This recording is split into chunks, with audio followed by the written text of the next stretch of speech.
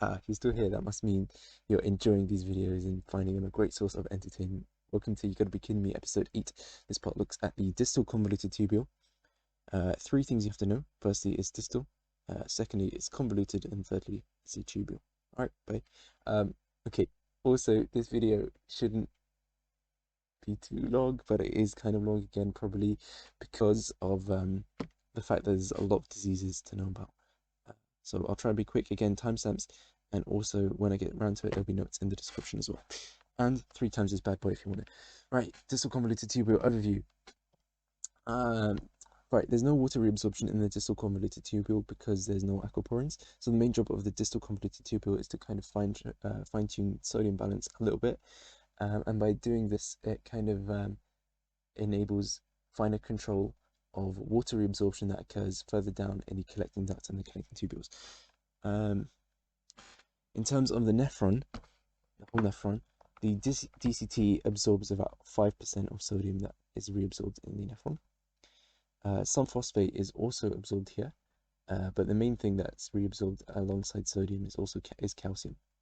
Right, in terms of your sodium channel, so unlike your thick ascending limb, where you had that complex NKCC2 thingy, which took up, K plus and Cl minus, this is more simple. It just takes up sodium and chloride. So no K plus, and this is called the NCC transporter here. It's a secondary active cotransporter. What that means is it relies on the kind of energy and the gradient created by the sodium-potassium pump basolaterally. The NCC, this is a minor point, this NCC cotransporter is less powerful than the NKCC2 one, which means the NCC one requires more energy. It's more energy hungry. Because if you think about it, most of the sodium has already been reabsorbed. So in order to reabsorb this kind of remaining bits of sodium, you're going to require more energy to do so. Okay, another thing that occurs here is you have selective reabsorption of calcium via something called TRPV5 channels, and this is hormonally regulated by the parathyroid hormone PTH. And I called this the phosphate trashing hormone before, because it gets rid of phosphate in the PCT. Okay, there'll also be another video about tubular glomerular feedback, which is all your stuff about macular densas and all that goodness. But that's for another video. In terms of this kind of stuff, the fluid entering the DCT is hypotonic, which means it has a low solute concentration. As I said, a lot of this stuff has already been reabsorbed by the preceding parts of the nephron. Okay, in terms of drugs, Thiazides inhibit NCC, so they're the drugs of choice that act on the DCT. Okay, there's quite a few diseases, which, as I said, might make this take a while. So GITELMANS and also East syndromes, which are mutations in your KJ, NC, 10, and 16. We'll go over that. These both lead to your NCC channels, this sodium one here, being underactive. And you also have other diseases called Gordon's or mutations in WINK4 or 1 or Cullen3, and these all make the NCC overactive and cause hypertension. Okay, our familiar diagram again. So we have our lumen, stuff that is in the lumen ends up in the urine, and we have our interstitium, stuff here gets reabsorbed. This is our epithelial cell. Our first channel that we're going to talk about is the NCC channel. So this is your main sodium transporter on your luminal side in your distal convoluted tubule. This only takes up 1 chloride. So compared to your NKCC2, which takes up 2 chlorides, it's less powerful. Therefore, the NCC channel requires more energy, as we said, because a lot of the sodium has been reabsorbed. So to fine-tune and get this kind of the loss dropped out, you need more energy to do that. So it takes up a sodium and a chloride. So far, it's so simple. Okay, we've got our sodium potassium antiporter thingy on our basolateral side. Familiar face. And you know about it, to be honest.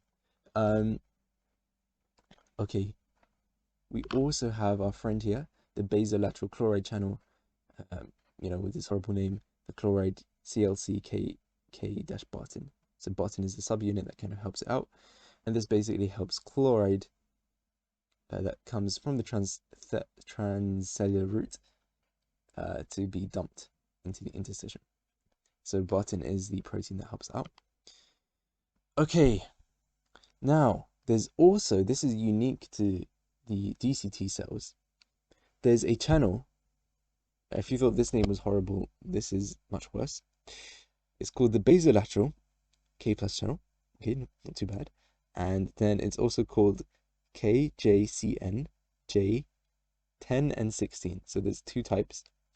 Heteromeric, which means it's made of different subunits. K+ channel. Okay, it's a horrible name. And this does two things. So firstly, it allows K+ from within the cell back out into the interstitium. So the one function of this is by dumping K+ back into the interstitium, this recycles the K+ back on the interstitium on the basolateral side, so that the your antiporter can take up the 2K+ again. So you have K+ recycling, and this is again unique to your DCT. And also, you don't really have to know how, but I think you have to know that it does. This channel here, it helps out this guy. So these two kind of are friends. It's very cute. Okay. Also, you have paracellular transport, and this is done via proteins called claudins, which are proteins essentially between your tight junctions of between your epithelial cells. So here's another epithelial cell. And within the distal convoluted tubule, pay attention, it's magnesium is your ion that kind of is paracellular shunted across, and that can pass through the claudins. So claudins are selective, and they won't let other ions through, so they'll only let magnesium through. Your other luminal channel that you need to know about is your TRPV5 non-selective cation channels. And again, that's a mouthful. They're all a bit of a mouthful here. But this is a luminal calcium channel. So this allows calcium to kind of be reabsorbed. Okay, we're going to talk about calcium reabsorption in a little bit more detail, but then at the end I'll summarize it, so you can skip to that if you want to. So, we said calcium reabsorption is regulated by your hormone called parathyroid hormone.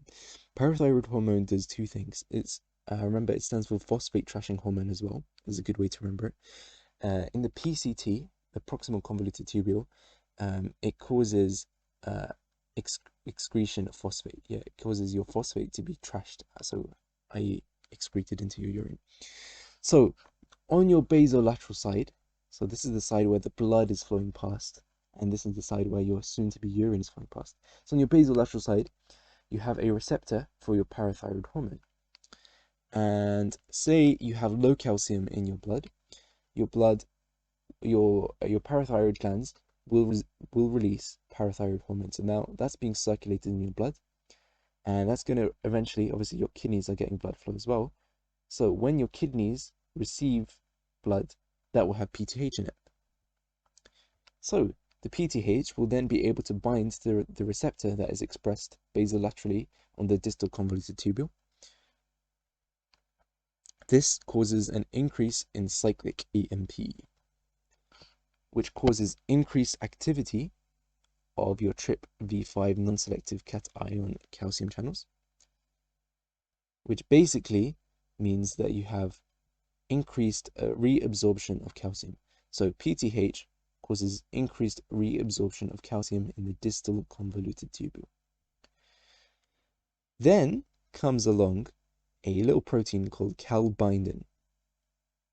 And K-Barttin, all it is basically a transporter. So once your calcium has been reabsorbed, K-Barttin kind of helps it move towards the basolateral membrane. And K-Barttin is now done its job. Your calcium is now at your basolateral membrane. And then your Ca2+ is actively pumped out into your interstitium via a calcium pump. And anything that's a pump is an ATPase. so it's active transport. So in a nutshell, parathyroid hormone increases because of low calcium, and therefore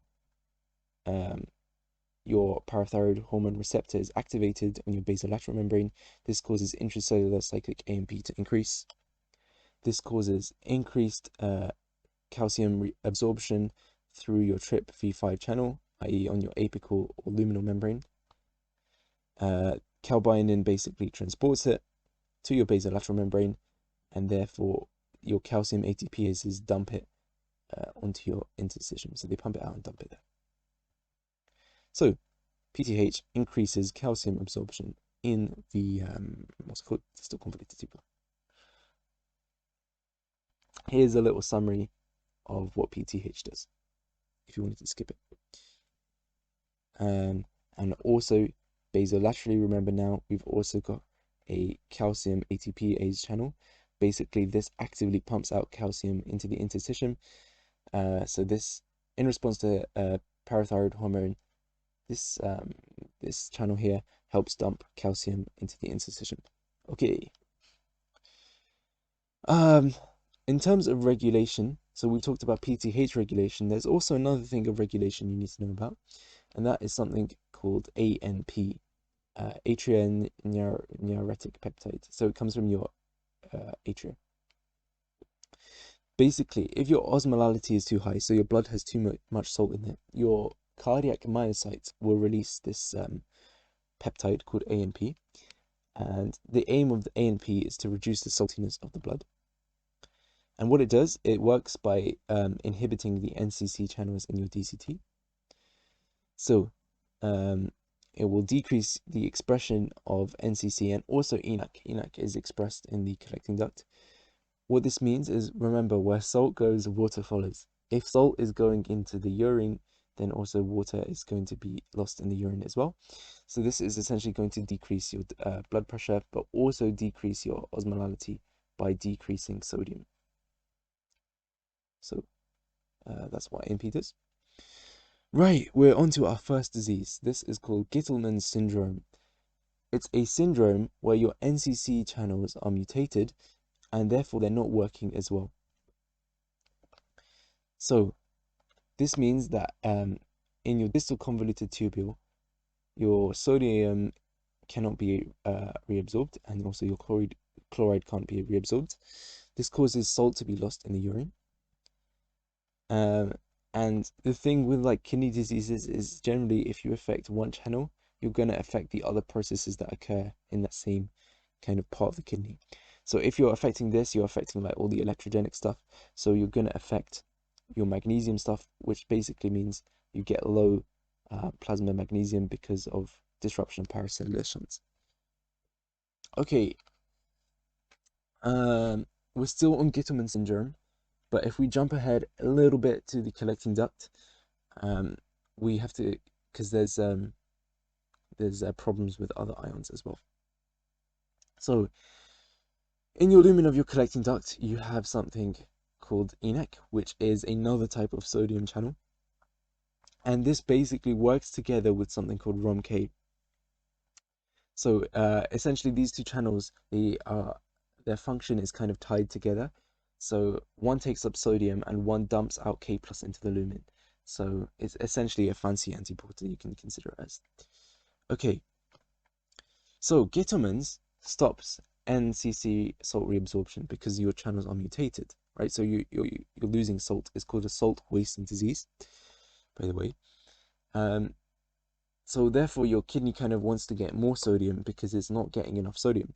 In order to do this, downstream, the collecting duct, which kind of is your last place to get sodium, is going to increase the expression of ENaC. But remember, when ENaC expression goes up and activity goes up, ROMK also goes up. So again, it's kind of like a deal with the devil. So in order to get more sodium, the kidney is like, okay, well, I can give you more sodium, but I have to get rid of more potassium. So it's a tricky one. Basically, this can lead to loss of K+, because your kidney's done a deal with the devil because of dirty GITELMAN. This can lead to more K+ being secreted into the lumen, and this can cause low blood potassium hypokalemia.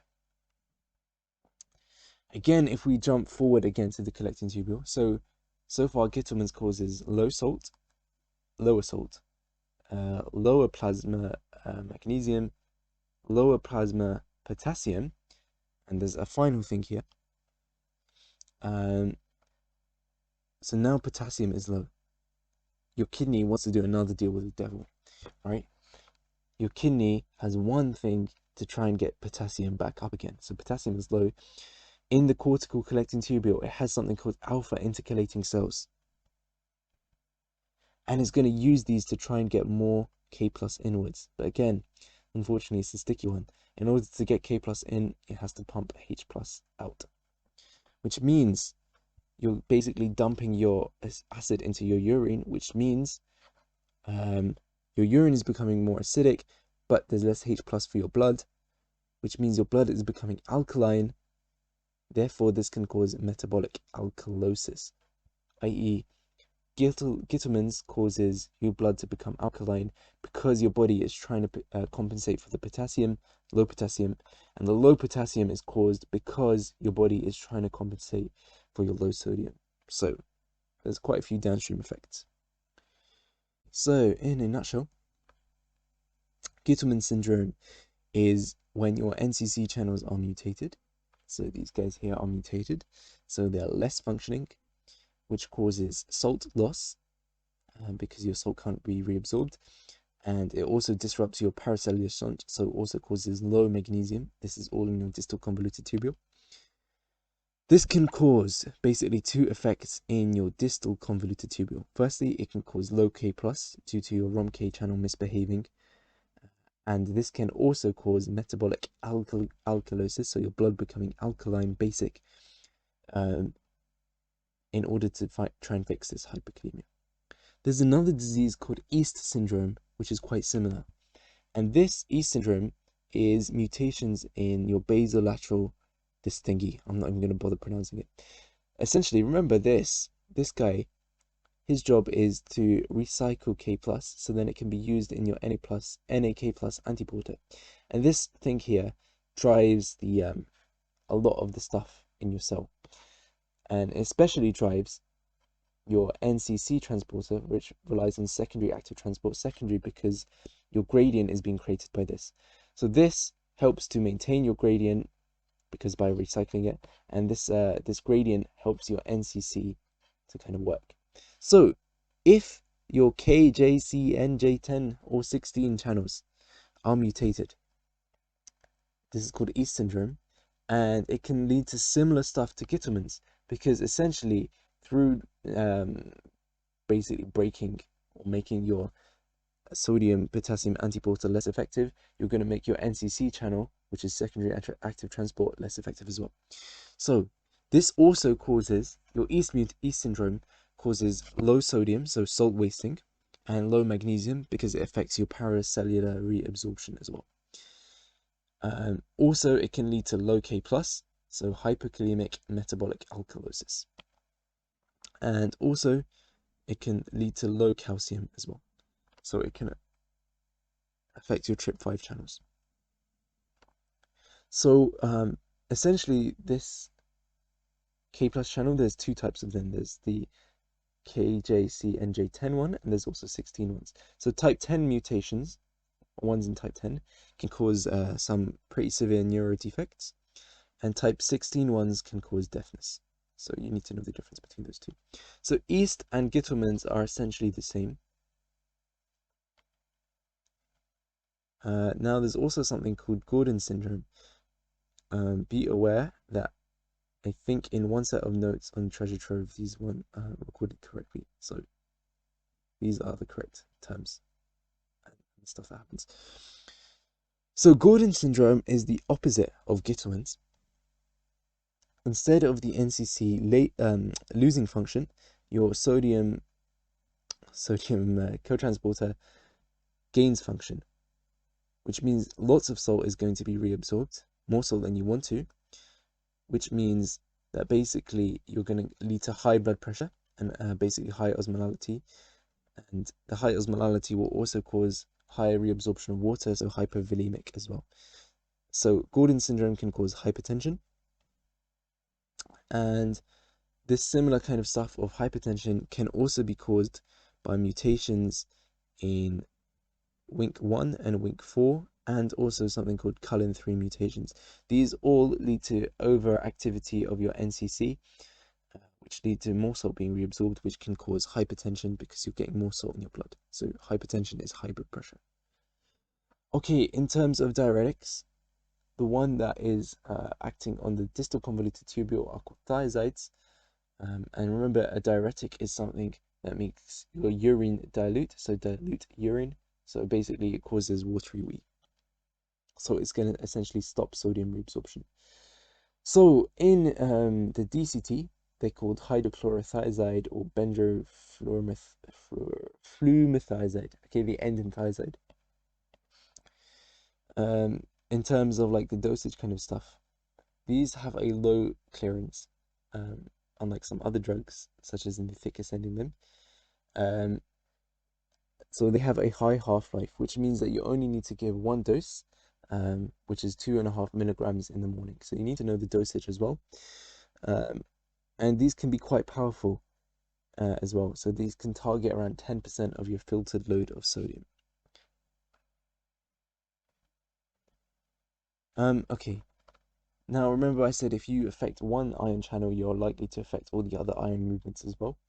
So because your distal convoluted tubule has a paracellular movement of magnesium 2+, by blocking NCC via your thiazides, you can lead to low magnesium being reabsorbed, leading to hypomagnesia. Similar to GITELMANS, right? Because basically what you're doing is you're blocking NCC. So it's going to be similar to this guy here, right? And this guy is that you're blocking NCC, so you can lead to your sodium being extremely low. So that's called hyponatremia. Basically, when your sodium is that's the aim. The aim is to lower sodium, but it can kind of go to the extreme and cause hyponatremia and also hypokalemia. Hypokalemia is kind of this thing here. So you're kind of seeing the same effects: salt loss, low magnesium, and low potassium. There's also some extra effects. So it can cause decreased glucose tolerance. So your body is doesn't react as well to glucose. It can cause some problems down below for men, and if you have gout, it can make thiazides can make gout worse.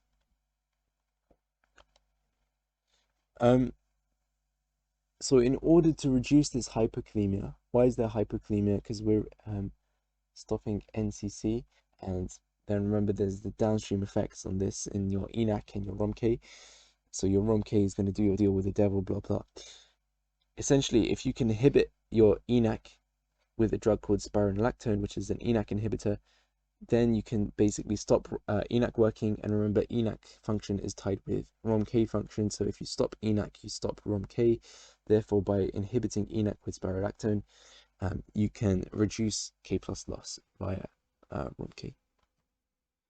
However, also these drugs and giving spironolactone can cause basically higher retention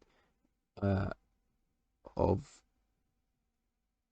calcium, so cause less excretion of calcium, and they can also affect phosphate stuff. So basically, your phosphate levels might be higher as your calcium levels.